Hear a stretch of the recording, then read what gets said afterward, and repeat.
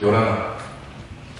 J'ai conscience que les acteurs de l'immobilier se heurtent de plein fouet à la crise économique, institutionnelle et politique que nous traversons actuellement. Dans ces temps difficiles, je crois qu'il faut malgré tout garder confiance. Premièrement, parce que la confiance est essentielle pour la bonne tenue du secteur de l'immobilier. Deuxièmement, parce que l'immobilier et globalement le bâtiment sont des moteurs de la croissance économique de notre pays. Ce que je suis venu vous apporter aujourd'hui, c'est avant tout un message de confiance.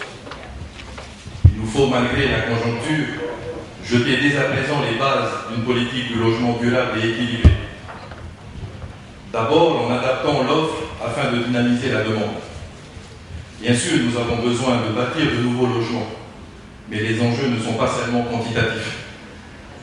Si nous voulons que l'avenir de l'immobilier en Polynésie française soit porteur de progrès et d'amélioration, nous devons veiller à la dimension de la qualité de l'habitat, et notamment, comme l'a rappelé le président de l'Assemblée, la qualité environnementale est également essentielle.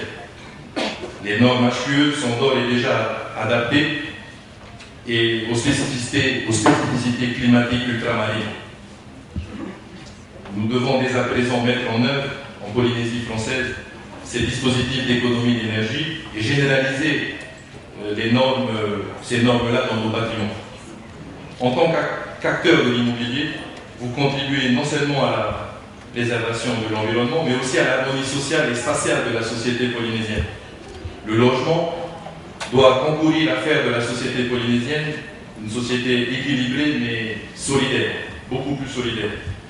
Il faut donc trouver des approches nouvelles pour continuer à évoluer et à occuper mieux l'espace. Pour ma part, et dans ce but, j'ai demandé au service de l'urbanisme et de l'aménagement de réfléchir à une révision du code des procédures du code de l'aménagement. Par ailleurs, nous savons tous qu'une grande réforme du foncier est nécessaire. Il est indispensable de tout faire pour faire sortir les copropriétaires de l'indivision. Donc c'est une piste que nous lançons. De nombreuses familles sont aujourd'hui bloquées par le financement des documents d'appontage. C'est un obstacle à la mise en œuvre de la procédure de pleine propriété. Nous allons proposer d'étudier la possibilité d'une prise en charge partielle par le prix. Le gouvernement est aussi décidé à s'attaquer au problème de transcription hypothécaire, aux décisions de partage judiciaire et à celui du désenclavement des vallées. Nous savons tous qu'aujourd'hui, nous n'allons pas pouvoir tout construire sur le littoral. Il faudra bien que l'on puisse avancer un peu dans les vallées. Et donc, il se pose la question de l'aménagement des accès à ces vallées. L'aide au logement pour les revenus moyens et les plus gros accédants fonctionne actuellement très bien. En quelques mois, nous avons traité plus d'une soixantaine de dossiers. Ce sont donc plusieurs familles qui vont pouvoir devenir propriétaires de leur logement grâce à cette aide du pays. Mais la qualité de l'offre de logement passe aussi par la qualité de l'information fournie aux ménages polynésiens, afin de leur permettre la liberté de choix qui est essentielle dans le domaine de l'habitat. Nous devons veiller à la fois à ce que l'habitat individuel puisse, par la qualité de son aménagement, constituer de véritables quartiers vivants et de faire en sorte que l'habitat collectif connaisse une meilleure attractivité, avec une architecture facilitant la cohabitation, le vivre ensemble et adapté aux nouvelles attentes et aux nouveaux modes de vie des Polynésiens. C'est votre rôle d'informer la population et de leur offrir cette possibilité de choix. Je vous encourage donc à poursuivre dans cette démarche d'information du public avec l'objectif de délivrer une information aussi complète que possible. Cet objectif de diversité de l'offre peut et doit recevoir des réponses de la part du secteur privé, qu'il s'agisse de promoteurs ou de constructeurs de maisons individuelles.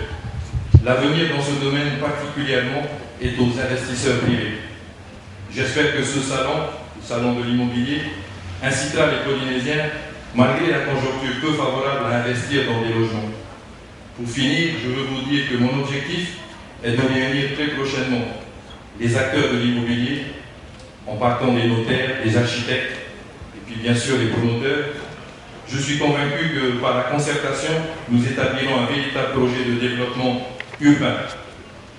Les professionnels de la construction doivent disposer à l'avenir d'un cadre plus clair d'action et de dialogue avec les services de l'aménagement et de l'urbanisme.